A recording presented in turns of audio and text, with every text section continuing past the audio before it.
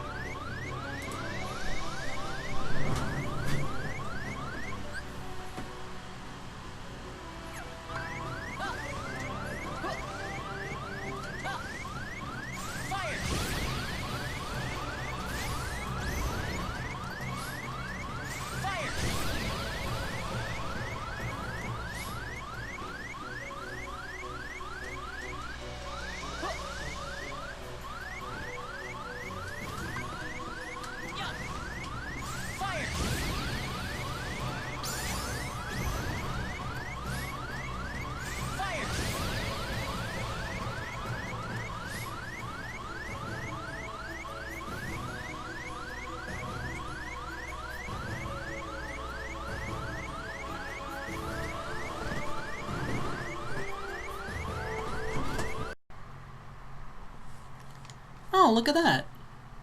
Congratulations on completing the game. The extras section has been unlocked.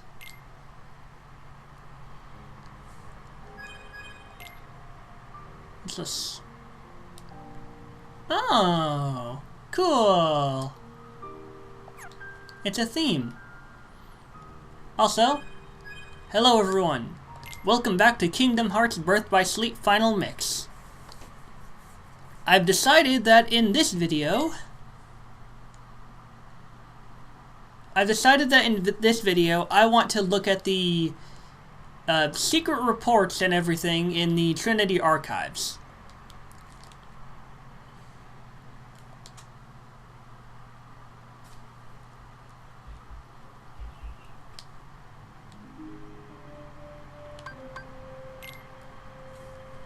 I'm still working on leveling up Aqua, but you know, it's... There is one other thing I actually want to show real quick. Because this is honestly kind of cool. Like, this is really cool. We're gonna start with Terra. Now, as you know, as Terra, Ventus, and Aqua, you're required to complete the mission Light's Lessons, fighting against the armor of Ericus. Still not doing this yet. So, I want to show you something that I've actually noticed about the armor of Ericus. Now, depending on the character you're playing as, this fight can actually play out in a few different ways. And I actually think this concept is actually pretty fucking cool. So, as you know, with Terra, fighting Ericus can be tricky. But it turns out that even though he has high defense, I actually beat him as Ventus and Aqua. And it turns out not only was using Ragnarok a lot easier since it allows you to do more damage at the same time, but also there's also the fact that he actually uses a different attack depending on who you're playing as. Alright, are you gonna do your thingy? Are you gonna do your special move? Come on, buddy. Do your special move. There we go. So, as you can see, he's bound me in chains. And he's now using his special move, where he lifts up the ground, all Super Mario Galaxy style, and he literally throws the ground at me. Wow, that actually did significantly less. Well, not significantly less, but that didn't reduce my HP to 1. Maybe it's because I beat him. My HP's like at 5 now. But now I'm just gonna let myself die because I want to show you guys what happens when you play as Ventus and Aqua. Also, kind of sucks that you can't really like leave the battle whenever you want.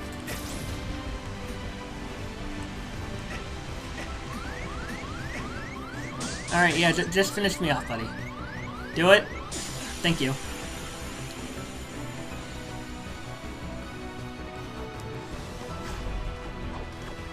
Okay, yes, I get it. You don't like... Wow. That's actually pretty funny. He just goes at me while I'm just knocked out. But, no, damn it, I meant to go to the title screen.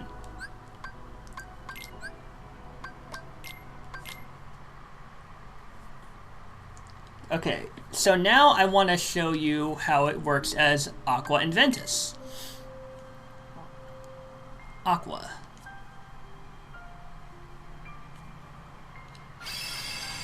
Well, I'm going to show you how it works as, Actually, no, I want to show you how it works as Ventus.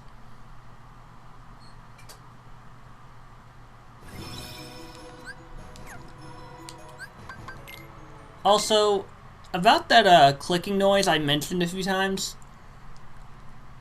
from what I've read, I'm fairly certain it has to do with the hard drive, which I have another one of, but I'm having trouble removing the screws from my PS3 hard drive, so I'm gonna have to like get help with that. But don't worry, I've actually backed up saves of my PS4 games onto a USB thumb drive. So even if the hard drive dies, my progress is not lost. Okay, so my playing is. God damn it! This is awkward. No, god damn it! Actually, I do want to show you that now all the arena missions have been completed. And you might be wondering, but wait, how can that be? You haven't completed Peering into Darkness. That is an optional boss fight, not a required one, possibly because it's so fucking hard. So, yeah, Peering into Darkness is a completely optional boss fight, along with 2 others that are now unlocked. So, that's pretty cool. All the arena missions have been completed, and now character files. Armor of Ericus, a sentient suit of armor containing a Keyblade Master's will. Now, the reason character files have not been completed is because there's 2 non-unversed enemies or bosses that are left to fight, or maybe 3 if you count the boss in Peering into Darkness. So, I actually want to take a screenshot of this, just for proofsies. Now then, let's go ahead and go into Ventus's save file. Also worth noting, whether or not I included the clip that for some reason I was getting a lot more EXP in Radiant Garden, I found out the reason why. And I feel kind of stupid for not seeing this. But apparently, when I completed the secret episode, or the final episode as Aqua, it raised the battle level to 9, and the battle level here to 10. Which I suppose makes sense considering... Notice how I can go into the Badlands. I am actually able to take on an optional boss fight. And I am honestly really wanting to like complete both these optional bosses before I take on Peering into Darkness. Which I know these, and honestly those bosses are nowhere near as hard. Wait. Combat level 10. Okay, I don't know if Aqua's is the combat level 10 there either, but I don't know. Anyways, let's go over here. So yeah, there's quite a bit left to do in Birth by Sleep. It will be very disappointing if my hard drive dies before I can complete everything, but I've at least managed to accomplish more than I have last time. Even a tiny bit more. So I'm going to show you how Ventus's battle against Armor Vericus works. And then I'm going to go into reading crap. Okay. I did not mean to choose that. This is a very awkward clip. But who cares?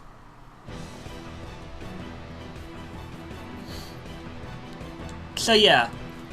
I kind of want to see if I can take on the optional bosses before No Heart. So, now I'm going to show you his special move when you're playing as Ventus. Now, he's not instantly gonna go like, oh, I'm so hard to hit, like constantly, like he does with fucking. No. Okay, if you kill me now, good sir, it's just gonna be a reminder that I really should have put in Curaga. Fuck. Okay, I really should have put in Curaga. Ugh. Big oof. Okay, putting in Curaga. And funny thing, by the way, one of the optional bosses, I'm pretty sure it's the one in the Badlands. Let's just say he's all brawn and no brain, because his AI pathing is completely off. Okay, I got Curaga. I'm gonna wait a moment. Is there anything else I can do here? Oh, I'm missing Link Prize Plus. How did that happen? Wait, how did that happen? Okay, that's weird. And somehow I've still gotten a complete command collection. Wait, maybe it's because I actually did, maybe it's because I actually did make the, commands, or the abilities. I just didn't actually get to keep them, because I forgot about them. But, oh well. I don't really need Link prizes anyway. Now, it's worth noting that both of these other optional bosses are nowhere near as hard as No Heart is. They're still hard, just not as hard. But if you have the right equipment, the right commands, the right shot lock, the right abilities, it shouldn't be too hard. So I'm just gonna go ahead and glide around, try to avoid him. And also block! Block, please block. Okay, I didn't mean to do that.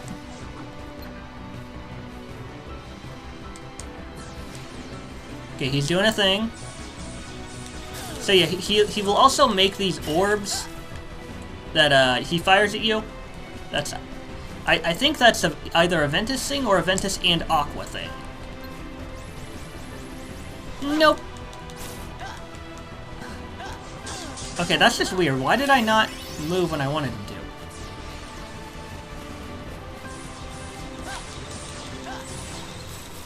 Oh, wait! Wait, that's the homing slide thing, isn't it? Yeah, that's the homing slide thing. What the fuck? Wait. Okay, I'm very confused. Why is it doing that? Also, I think I actually need to get his health down to a decent amount. Oh, this was a very poor shot lock to show me. Oh no, wait, he's doing the thing now. So this is his special move for Ventus. Whirlwinds. And these tornadoes fucking pack a punch. So, and they also stun lock you. So, be very, very careful. Be exceptionally careful. And... okay, he's gonna do the spear thing again. I don't know why it's doing that. That's kind of funny, though. I think that's pretty much the only difference. He also does that. Alright, enemy please. I'm all good. Thank you. That's interesting, though. I never knew that's how homing slide worked. Does it only work when there's like... does it only work when there's an attack headed your way or something, or... I don't know, because that's never happened before. I don't know. Kind of weird. I'm gonna screenshot this. So now we will move on to Aqua. And then I shall... God damn it, I'm so used to selecting world map. And then we will read the secret reports, and then I will go to the next episode, which will most likely be taking on the bonus enemies. And I know that for one of them, you're gonna want a lot of surge abilities.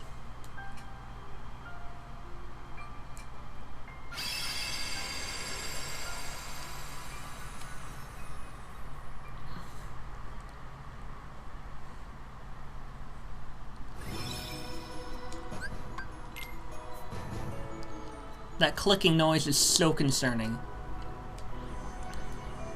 Because it's a sign that there's like an error with the hard drive and it could fail like at any point in the future. I don't know how long my PS4 lasts, so I'm really wanting to make sure I can do all I can before then. Okay.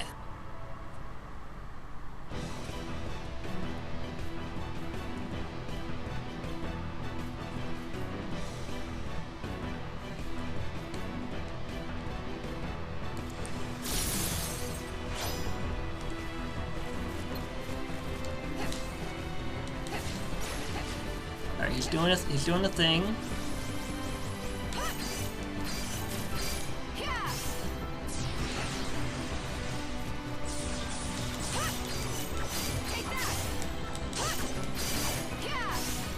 Wow, I'm a badass. Teleport spike! A doink, a doink, a doink, a doink, a doink, a doink, a doink, a doink. Alright, buddy, do your thing. It's amazing that it's mostly in this battle that the set like special moves I have are really kicking in.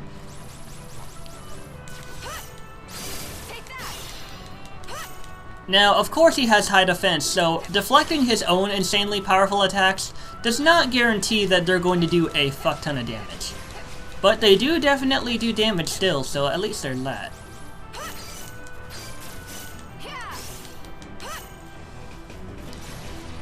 I get so nervous when I have to constantly block because I always worry that there's going to be like a frame where I'm able to get hit. Okay, he's doing his special move. Also, I'm pretty sure that his coloration for his special move is always different. So, his special move is Magical Swords. He does fire, thunder, electric, or fire, thunder, ice. And I think that might be like wind or... no, that's ice. He does differently themed moves. Alright, now you can finish me off. Pretty sure that's everything. Oh no, wait, he also does that. That's a laser attack that moves up and down. Oh look, you still get to see it.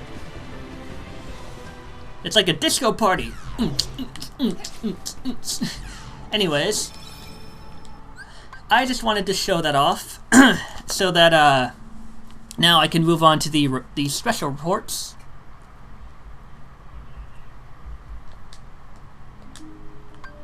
Trinity Archives.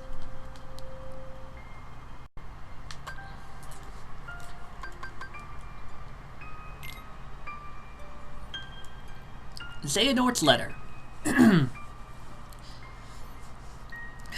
Please accept my deepest gratitude for the invitation to witness your pupil's accession to the office of true Keyblade Master. It was a heavy mantle our master placed upon your shoulders in naming you successor, but you have nonetheless persevered and raised 2 masters yourself. I know it cannot have been easy. I did you terrible harm in the past over a petty difference in opinion, and just a few years ago, selfishly thrust my own burdens upon you. I think of you like a younger brother, and yet, fool that I am, I have never availed myself of countless opportunities to apologize or thank you for opening your home to the boy, referring to Ventus. Yet not once have you blamed me. On the contrary, here you are inviting me to such an important ceremony. I intend to be there to offer you all my blessings. Our master chose his heir wisely. Ours is a bizarrely ironic task, to watch over the light from the shadows. But in the face of that, the warmth in your heart and unfailing dedication to the light impressed me to no end. I have taken to wandering the world and seen much darkness in hiding the light. Lately, I fear it has taken a turn for the worse. Perhaps Yen Sid has already told you about the unversed. These fledgling demotions derive from negativity, and I can now sense their presence in nearly every world. And on the topic of darkness, we must speak of another matter that concerns me, one related to the upcoming ceremony. When I visited several years ago, your pupil Terra drew my attention. His power is immense, to be sure, but within his heart I could see darkness just waiting to be awakened. I know this is none of my business, but I have reservations about welcoming Terra as a true Keyblade Master without taking certain precautions. The traditional examination, perhaps, to see if he has the mark of mastery? The choice is yours, and I will humbly respect your decision. Take care. I eagerly await our long overdue reunion. Much time has passed since I left the home of my youth. I'm just going to read it in my normal voice. Much time has passed since I left the home of my youth behind, and in the myriad worlds I have since visited, I have gained much knowledge. On these pages, I intend to record a portion of that knowledge and put the course of my life to paper. Upon reflection, my life underwent the most considerable sea change when I arrived at that place. Yes, it began when I found a master, and another I would later call my brother, when I found a new home. Then there was the Keyblade. For what purpose was it begotten, and by whom? During my training as one of its wielders, the precepts offered a clear answer. The Keyblade existed so that we who watched over the light could protect the world from the shadows. But was that the true answer? Could there not be more to it than that? My heart sought knowledge, and so I sometimes visited other worlds, though such travel was forbidden unless duty required, and found what my heart sought. Our master instructed us to don armor while traveling between worlds so that we might shield ourselves from the darkness. But there, in the lanes between, I could feel the force of it, the power, and from then on, I forewent my armor's protection. I had been told the darkness would devour me, but what terrors could it possibly hold so long as I found the strength to control it? The world is vast, and the worlds within the greater world uncountable. Like little islands, they dot a great ocean between, which keeps them ignorant of each other, uncorrupted. Each world had its own order. Unlike us, they could not know of the world in its entirety, and we were never to enlighten them. In ancient times, no such buffers kept the larger world divided. There were no walls of light enclosing each smaller world the way they do today. Nothing prevented one from physically interfering with the next. At that time, the world was filled with light, and a great many Keyblade wielders. But without buffers, the worlds begin to squabble over ownership of the light. You see, they learned of the Keyblade's true use. War broke out as each of the Keyblade's wielders struggled to lay claim to an almighty entity known as Kingdom Hearts. Kingdom Hearts could be described as an aggregate of hearts. Worlds, too, have hearts, just like people. Each world's heart is concealed from sight beyond a hidden door. By gathering all the hearts of the worlds in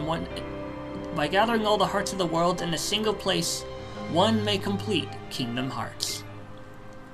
And when Kingdom Hearts is complete, it is said the one who opens its door will bring about the creation of the next world. Such a feat is above any human. Or, to put it a different way, whoever opens that door will be reborn as something far greater than human. Light and darkness are two sides of the same coin. Without darkness, there is no light. The Keyblade wielders' great war over Kingdom Hearts was fought by defenders of the light, servants of darkness, those who sought to reconcile the two, and those motivated by nothing more than lust for power. A whole spectrum of thought was swept into the conflict, and the worlds that did not go to war found the war brought to them. In the end, the whole world was cast into darkness. That was how the ancient Keyblade War drew to a close. To this day, no one has ever managed to open the door to Kingdom Hearts. Sometime later, the little light that remained in the hearts of the few gave rise to the world we know today. One made of many worlds behind just as many walls, so that the Keyblade War would not be repeated. At present, the lanes and corridors that run between the worlds may only be traversed by us Keyblade wielders and those who have given themselves over to darkness. As the former, our duty is to cross the chasms between worlds and guard against the latter, whose darkness corrupts and contaminates so that no world need ever be lost again. Few Keyblade wielders remain now. I have heard of but a handful of others outside my circle. But the world is vast, and more of our kind may be out there. Now, in addition to the realm of light in which we reside, there is also a realm of darkness, and the realm between which connects the two. The realm of darkness is most forbidden. I am told none who set foot there have ever returned. There are three families of Keyblades. The Keyblades of Light we wield, Keyblades of Darkness, and Keyblades of Heart. The first and second families differ only in origin. Keyblades of Darkness are found in the realm of darkness, and are counterparts to the Keyblades we use in the realm of light. The third type of key, the Keyblade of Heart, came into existence when the world was reorganized after the Keyblade War. Without this key, Kingdom Hearts is forever beyond a person's reach. Only by gathering together 7 hearts of pure light, hearts completely devoid of darkness, may one forge a Keyblade of Heart and open the door to Kingdom Hearts. I have uncovered the Keyblade's ultimate mystery. You see, besides the three families of Keyblades, there is another Keyblade. While it may sound the same when spoken, it is notated uniquely. Keyblade. And make no mistake, while it resembles a normal Keyblade, it is something altogether different. Keyblades are said to be man-made counterparts to Kingdom Hearts. The Keyblade, however, coexists with Kingdom Hearts. It is only forged when 2 hearts of equal power intersect. 1 heart of pure darkness, 1 of pure light. At the time of its forging, Kingdom Hearts appears. It must be noted, though, that this Kingdom Hearts is special. Unlike the kingdoms brought about forcibly and artificially through the collection of hearts, this Kingdom Hearts is a perfect and complete union of all the world's hearts. Surely it was over this that the ancient Keyblade War was fought. If so, the walls that divide the worlds today are of little consequence. With the Keyblade, all their hearts could be instantly reunited, and the Keyblade War refought. My brother People Ericus thinks only in absolutes. He has persuaded himself that light is the only way, but forgets that light cannot exist without shadow. I believe a balance of light and darkness is what sustains our world, but too much of the darkness has been stamped out, disrupting that balance. Someone must tear down this tyranny of light and reorganize the world around the darkness, which then creeps back in. Ericus and I did not see eye to eye. I left and wandered the world, This was perhaps the first time I felt truly free since that day I departed my boyhood home. But free to do what? I had already shown the mark and become a Keyblade Master. But having been passed over as successor, all that remained to me was the road of teacher. Ordinarily, Keyblade Masters take pupils under their wings, malleable minds in which to impress the precepts of the Keyblade wielder and keep our profession alive for generations to come. Was my time drawing to an end, then, after all I had accomplished since casting away the place of my birth? Surely, waiting for a quiet death would not do, not when there was still so much I needed to see for myself. Powers help me, I thought. My body is so old. We Keyblade Masters have a special gift. We can extract a heart, be it our own or that of another. By continuing this cycle, it is possible to remain in the world of the living forever. As a boy, I dreamed of seeing the farthest reaches of the world. If I only went far enough, there had to be a world out there in which no one had ever before set foot. And now I know of just such a world. If I become the first to open Kingdom Hearts' door, I can create a next world in which light and darkness exist in perfect equilibrium. So there I stood, with vast knowledge in one gnarled, dying hand, and newfound purpose in the other. The next step was clear. I needed a new vessel. And that was when I met Ventus and made him my pupil. We were desired to meet, and I could sense the potential within him, but the boy was too benign for his own good. I came to the conclusion he was too frail to serve as a vessel, and decided to use him for a second purpose I had in mind. I would remove the darkness from his heart and split him in two. Then I would have my heart of pure light and my heart of pure darkness. As was to be expected, Ventus lacked the constitution for such an ordeal. I was able to remove the darkness inside him and create Vanitas, a heart of pure darkness, but Ventus drifted into the clutches of sleep. Ventus's heart of pure light and Vanitas' heart of pure darkness. If both could be made strong enough to one day clash, I knew the Keyblade would be forged. But Vanitas took too much of Ventus's heart, and from that fracture I could see the last of Ventus's light was slipping away. The boy deserved the place to spend his final moments peacefully, and what should come to mind but my own boyhood home? My legs took me there unbidden, and as I stood there on the same beach where I had made my choice so many years ago, I thought, not a single thing has changed.